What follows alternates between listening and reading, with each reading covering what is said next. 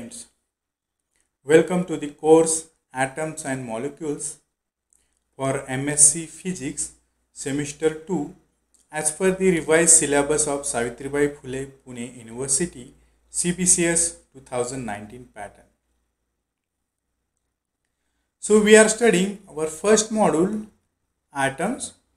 In the previous lecture we have seen that the orbital angular momentum L and electronic spin angular momentum S, they give rise to the coupling, and their coupling give rise to the total angular momentum J. So this J has two different orientations or directions, and because of this we get two energy levels. So each energy level in hydrogen atom is not a singlet state, but it is a doublet state. Because of the spin orbit coupling, the energy levels, they are not degenerate, right? So in this lecture we will study the fine structure of hydrogen atom. In the earlier lectures we have studied the hydrogen atom spectrum, which is the consequence of the Bohr atom model. So we know the Bohr's atom model, which has certain drawbacks, like it is applicable to only one electron atoms. We know that the Bohr's theory also could not explain the fine structure of spectral lines. So we'll study what is meant by fine structure. So we know the emission or absorption spectrum coming from the hydrogen atom, which consists of some fine lines, right? So this is red line, this is green line, right? So all these lines, right? But when we studied these lines with high resolution spectrometers, right? So when we studied the one electron spectra like hydrogen atom spectrum, we can see that these levels, they are not single, they are actually consist of doublets. That means if the spectrum is magnified over 1,000 times, the red spectral line is shown to be actually two spectral lines spaced very close together, right? So this is the doublet structure, right? So each spectral line in the one electron atoms like hydrogen, they are not singlets, but actually they are doublets. So this is the fine structure.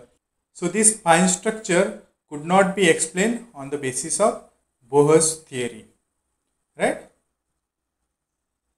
In the previous lectures, we have also learned that the one electron atom like hydrogen, the coupling between the orbital and spin angular momentum gives rise to the splitting of spectral lines into two energy levels, right? For the p electron, let us say in hydrogen atom, L is equal to 1 and S is equal to half.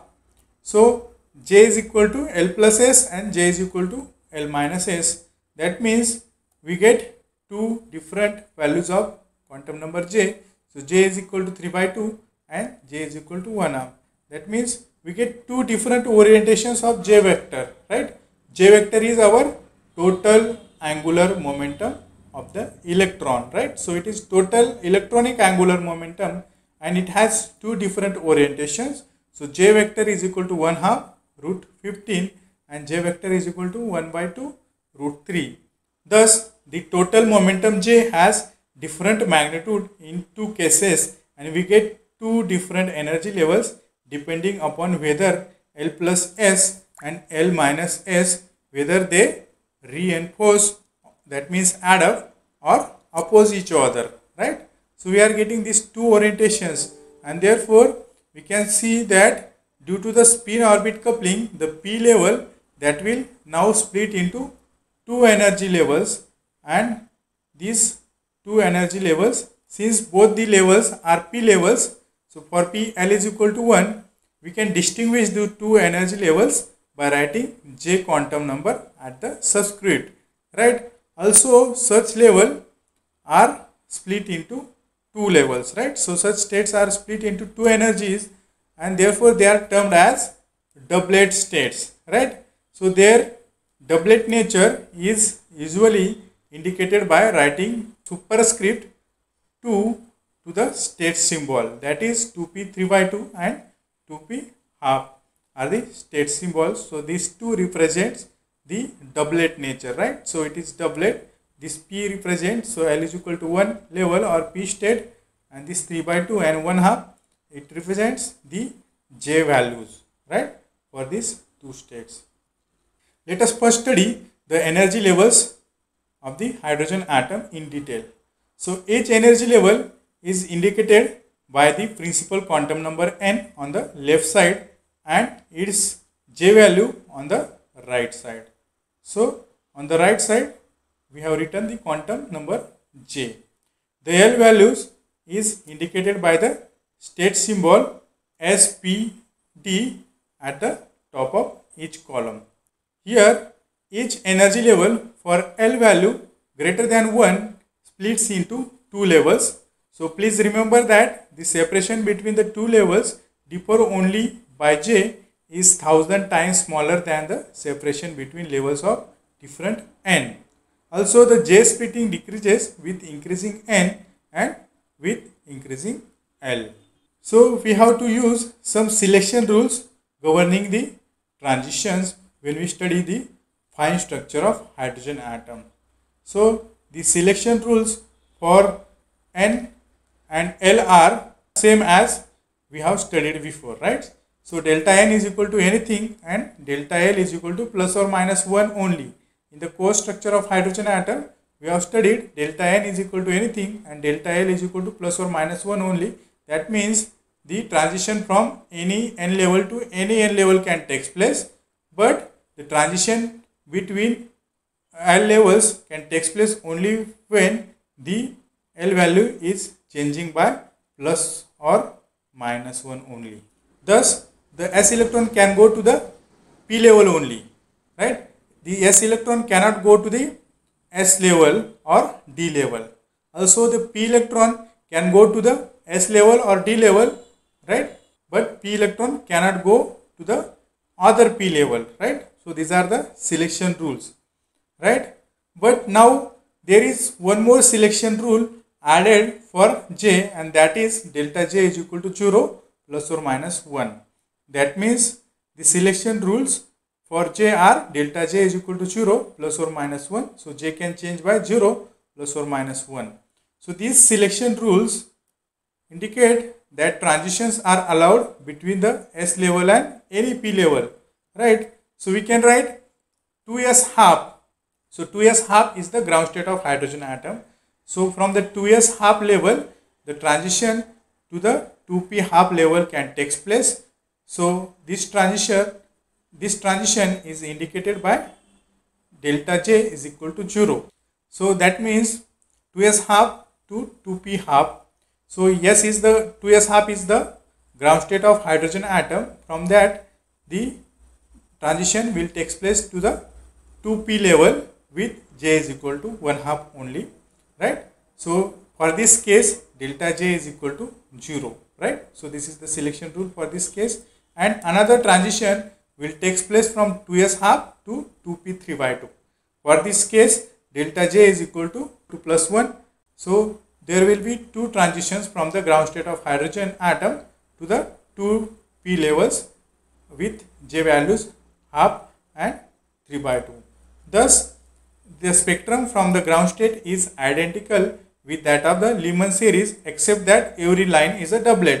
Now, in the case of Lyman series, the transition from S to P, that was a singlet, right? But in the fine structure, each line is not actually the singlet, but it is doublet. That means in every line in the Lyman series is not singlet, but it is doublet.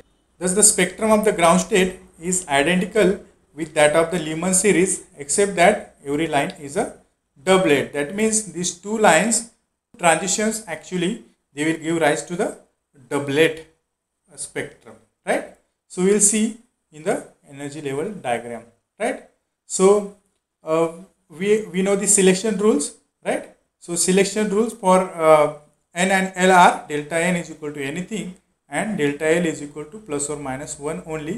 Now one more selection rule is added for J, that means delta J is equal to 0 and plus or minus 1, right? So the first transition will be from 2s half. So this is 2s half level to 2p half level, right? So this is 2p half level. For this case, delta J is equal to 0, right? So this transition we can show, right? So from 1s we can say this is 2s half, so ground state, to any p level, right? So transition delta n is equal to anything. That means transition can take place to any n, right? From 1s to 2p, 1s to 3p, or 1s to 4p can take place. So this transition we can denote by this, right? The next transition is 2s half to 2p 3 by 2. So for that case, delta J is equal to plus 1, right?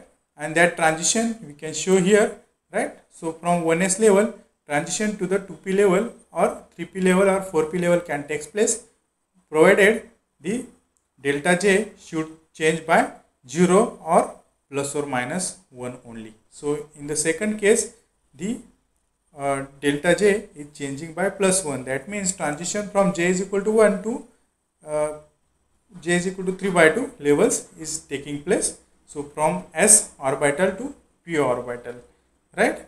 So these are the selection rules. These spectral lines, they are shown here.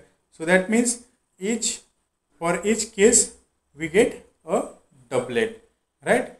So we get a doublet. So this is a doublet and this is also a doublet. That means from 1s to 2p we get these two lines, right? So this is for 2p half and this is for 2p 3 by 2, right? And from 1s to 3p also we get another line. So we get this is doublet for 2p orbital and this doublet for 3p orbital. So we can say this is first line in the Lyman series and this is second line in the Lyman series. So each line in the Lyman series is actually doublet, right? So transitions now for higher states, right? For 2p electrons, transitions between the doublet P and doublet D states are rather more complex, right? So these two levels, so this 2p, so for 2p we have two levels, for 3D also we have two levels, right? So transition from this to this, they are more complex and we will study here, right? So here we consider 4 energy levels involved. So this is 2p half, 2p 3 by 2, this is 2d 3 by 2 and 2d 5 by 2. The selection rules are as discussed, that is delta n is equal to anything and delta L is equal to plus or minus 1 only. Also the selection rule for J is delta J is equal to 0 plus or minus 1. So there are 4 levels, so there will be several transitions. So we will see which transitions are allowed and which transitions are not allowed, right? Since the distance between 2p 3 by 2 and 2d 3 by 2 is small compared to other, right? So these two levels, they are at, we can say, closer, right? So this transition will occur first, right? So from 2p 3 by 2 to 2d 3 by 2, it is the closest pair and that transition will appear first, and for that case we have delta J is equal to 0, right? Since delta J is equal to 0, this transition is allowed and we can show this transition as in the figure, right? So on the spectrum we will get one spectral line at this place. The next transition is from 2p 3 by 2 to 2d 5 by 2. For that case delta J is changing by plus 1 and that transition we can indicate or show on the diagram. So 2p 3 by 2 to 2d 5 by 2 transition on the spectrum we will again get one spectral line, right? So this transition will appear close to the first line because doublet D states, because the distance between or separation between the doublet D states is very small, because these two states are their separation is very small compared to separation between P and D, and therefore these two lines, they will appear closer to one another. The third transition is 2p half to 2d 3 by 2. So next transition is 2p half to 2d 3 by 2, and that transition is also allowed because delta j is equal to plus 1, right? So in that case also delta j is equal to plus 1. That means it is also allowed. It is slightly widely spaced than the earlier two lines, right? So it will appear here, and it is slightly widely spaced than the first two lines, right? The fourth transition, that is 2p half to 2d 5 by 2. For this case, delta j is equal to plus 2. But our selection rule for j is delta j should be 0 or plus or minus 1 only. And therefore, the transition from 2p half to 2d 5 by 2 is not allowed, and we have shown this transition by dotted line. So this transition is not allowed and it will not appear in the spectrum, right? So we will only get 3 lines, right? So only 3 transitions are allowed, right? Thus the spectrum will consist of the 3 lines shown here, this arising from transition between doublet levels. Therefore it is referred as compound doublet or compound doublet spectrum.